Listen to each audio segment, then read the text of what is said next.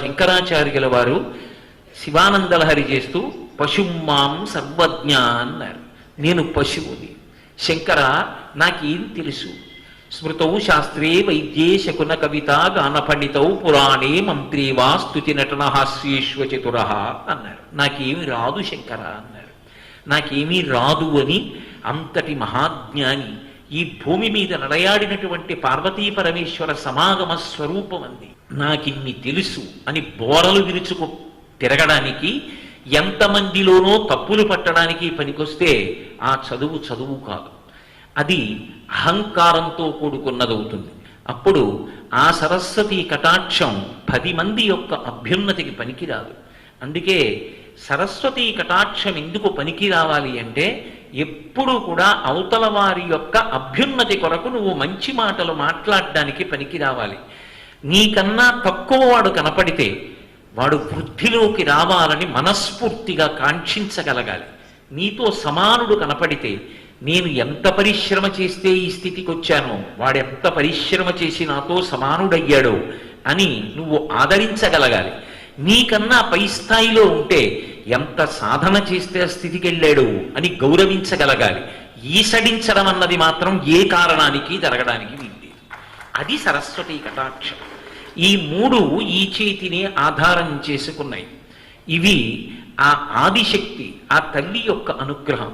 అమ్మా, నీ అనుగ్రహంతో ఈ చేతితో డబ్బు సంపాదిస్తాను, ఈ చేతితోనే పుస్తకాలు పట్టుకు చదువుకున్నాను, ఈ చేతిలోనే శక్తి ఉంది. ఏదైనా పట్టుకుని గట్టిగా లాగాలంటే చేయి పట్టుకుని లాగుతాం. చేసే కర్మలన్నీ ఈ చేతితోనే చేస్తాం. ఇవాళ చెయ్యడానికి బాగుంటుంది, ఇవాళ ఇలా వేలు చూపించడానికి బాగుంటుంది, ఇవాళ ఇంకొకరి మనసు కష్టపెట్టడం బాగుంటుంది, ఇవాళ అన్యాయంగా ఒకరి దగ్గర డబ్బు తీసుకోవడం బాగుంటుంది, బలమున్నది ఇంకోటి దగ్గర ఉన్న వస్తువుని లాక్కు రావడం బాగుంటుంది. కానీ శరీరం అన్నది శాశ్వతంగా ఉండదుగా. ఆయుర్నశ్యతి పశ్యతాం ప్రతిదినం యాతిక్షయం యవ్వనం ప్రత్యాయాంతి గతాః పునర్న దివసాః కాలో జగద్భక్షకః మాకురు ధనజన యవ్వన గర్వం హరతి నిమేషత్కాలః సర్వం మాయామయమిదమఖిలం హిత్వా బ్రహ్మవదం త్వం ప్రవిశ విదిత్వా అంటారు శంకరులు. ఎంతటి బలాన్ని కాలం తినేస్తుంది, ఎంతటి అందాన్ని కాలం తినేస్తుంది, ఎంతటి ఐశ్వర్యాన్ని కాలం తినేస్తుంది. కాలము ముందు నిలబడగలిగిన వాడు ఉండడు.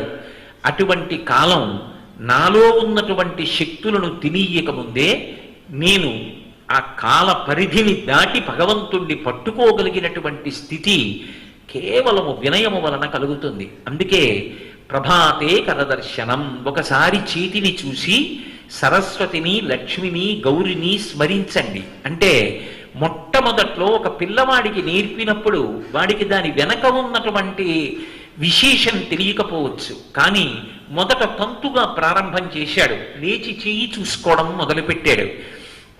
మొదలుపెట్టింది ఏదో ఒకనాడు వాడికి అనుమానం వస్తుంది, ఎందుకు నా చెయ్యి నేను చూసుకుని ఈ మాట చెప్తున్నాను.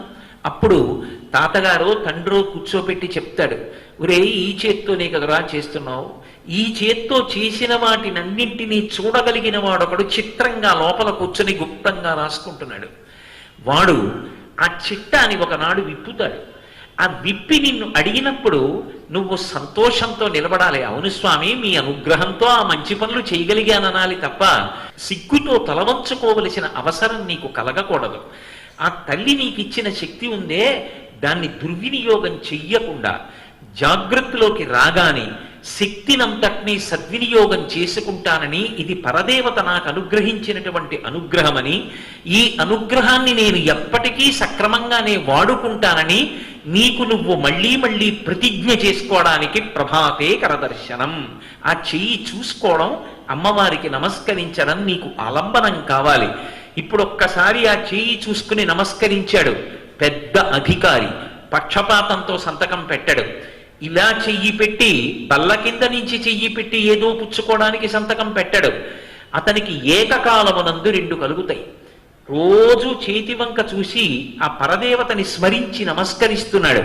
కార్యాలయంలో కూర్చుని ఒక సంతకం పెట్టే ముందు నేను ధర్మానికి కట్టుబడి సంతకం పెడుతున్నాను కాబట్టి నన్ను భగవంతుడు ఆదుకుంటాడు.